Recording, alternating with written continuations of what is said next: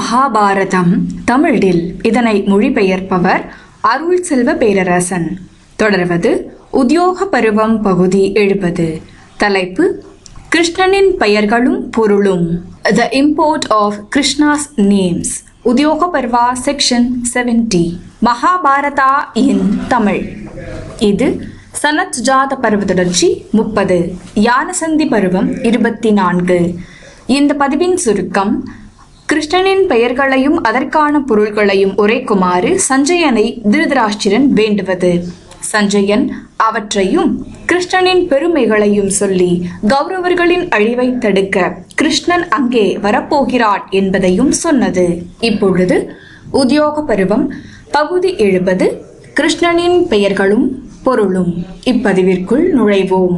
திருதராஷ்டிரன் சஞ்சயனிடம் சொன்னான், ஓ சஞ்சயா, தாமரை கண் கிருஷ்ணனை குறித்து மீண்டும் எனக்கு சொல்லுமாறு நான் உன்னை வேண்டிக் கொள்கிறேன்.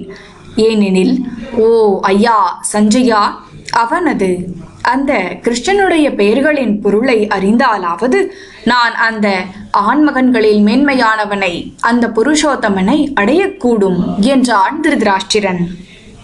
அதற்கு சஞ்சயன் திருதராஷ்டிரனிடம் சொன்னான், கேசவனின் அந்த கிருஷ்ணனின் அந்த மங்களகரமான பெயர்களை நான் முன்பே கேட்டிருக்கிறேன். அவற்றில் நான் அறிந்தவற்றை மட்டும் உமக்கு சொல்கிறேன். எனினும் கேசவன் அந்த கிருஷ்ணன் அளவிடப்பட முடியாதவனும் பேச்சின் சக்தியால் விவரிக்கப்பட முடியாதவனும் ஆவான் என்பதை அறிந்து கொள்ளும் என்று சொன்னான் சஞ்சயன். தனது மாயத்திரையால் அனைத்து உயிர்களையும் ஆக்கிரமிப்பதாலோ, தனது மகிமைமிக்க பிரகாசத்தாலோ, தேவர்களின் ஓய்விடமாகவும் ஆதரவாகவும் இருப்பதாலோ, எல்லா உயிர்களிலும் வசிப்பதாலோ அவன் அந்த வாசுதேவன் என்று அழைக்கப்படுகிறான். எங்கும் பரந்திருக்கும் தனது இயல்பினால் எங்கும் வியாபித்துள்ளதால் அவன் விஷ்ணு என்று அழைக்கப்படுகிறான். யோக உட்கவர்தலிலும் உண்மையிலும் மனதை குவித்து முனிவனாக பயிற்சி செய்வதால் அவன் மாதவன், அதாவது பெரும் தவம் செய்பவன் என்று அழைக்கப்படுகிறான். அசுரன் மதுவை கொன்றதனாலும் அறிவுக்கான 24 பொருட்களின், அதாவது ஆத்ம தத்துவங்களின் சாரமாக அவன் இருப்பதாலும் மதுசூதனன் என்று அழைக்கப்படுகிறான். சாத்வத குலத்தில் பிறந்த அவன் ஏற்கனவே இருக்கிறது என்பதை குறிக்கும் கிருஷி மற்றும் நித்திய அமைதி என்பதை குறிக்கும் ந ஆகிய 2 வார்த்தைகளுக்குள் தன்னை மறைமுகமாக ஐக்கியப்படுத்திக் கொள்வதால் ஏற்கனவே நிலைத்து இருக்கும் நித்திய அமைதியாக, அதாவது சமாதானமாக அவனே இருப்பதால் அவன் கிருஷ்ணன் என்று அழைக்கப்படுகிறான். உயர்ந்ததும் நிரந்தரமானதுமான அவனது வசிப்பிடத்தை குறிக்கும் புண்டரீகம், அதாவது இதய தாமரை, ஹிருதய கமலம் மற்றும் அடிவற்றதை குறிக்கும் அக்ஷம் ஆகியவற்றில் இருந்து அவன் புண்டரீகாக்ஷன் என்று அழைக்கப்படுகிறான். மேலும் தீயவர்களின் இதயங்களில் அச்சத்தை விளைவிப்பதால் அவன் ஜனார்த்தனன் என்று அழைக்கப்படுகிறான்.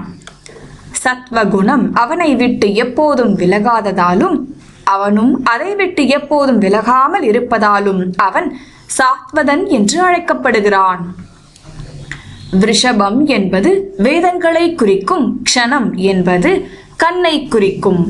அந்த 2ம் இணைந்து வேதங்களே அவனது கண்கள் என்றோ, வேதங்களே அவனை காண்பதற்கான கண்கள் என்றோ குறிக்கின்றன என்பதால் அவன் விருஷபாக்ஷணன் என்று அழைக்கப்படுகிறான்.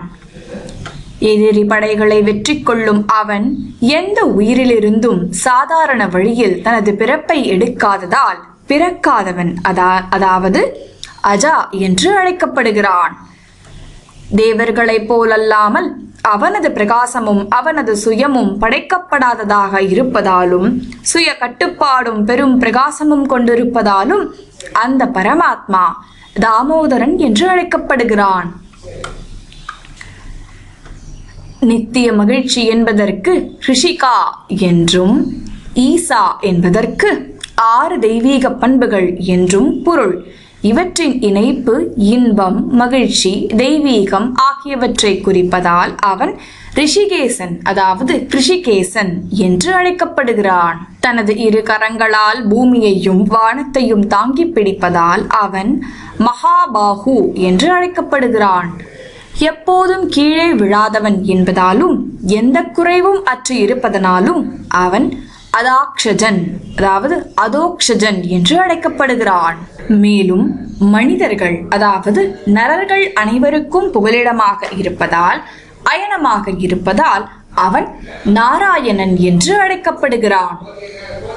படைத்து பாதுகாப்பவன் என்பதையும் அண்டத்தை படைத்து பாதுகாத்து அழிப்பவனை குறிக்கும் ஒருமையை அழிப்பவன் என்பதையும் குறிக்கும் புரு என்பதில் இருந்து அவன் புருஷோத்தமன், அதாவது ஆண் மகன்களில் மேன்மையானவன் என்று அழைக்கப்படுகிறான்.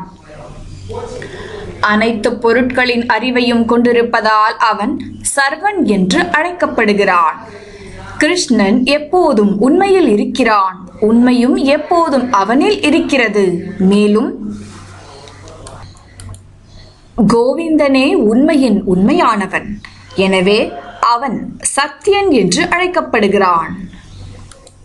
தனது வியாபிக்கும் தன்மை கொண்ட ஆற்றலுக்காக விஷ்ணு என்றும் தனது வெற்றிக்காக ஜிஷ்ணு என்றும் அவன் அழைக்கப்படுகிறான்.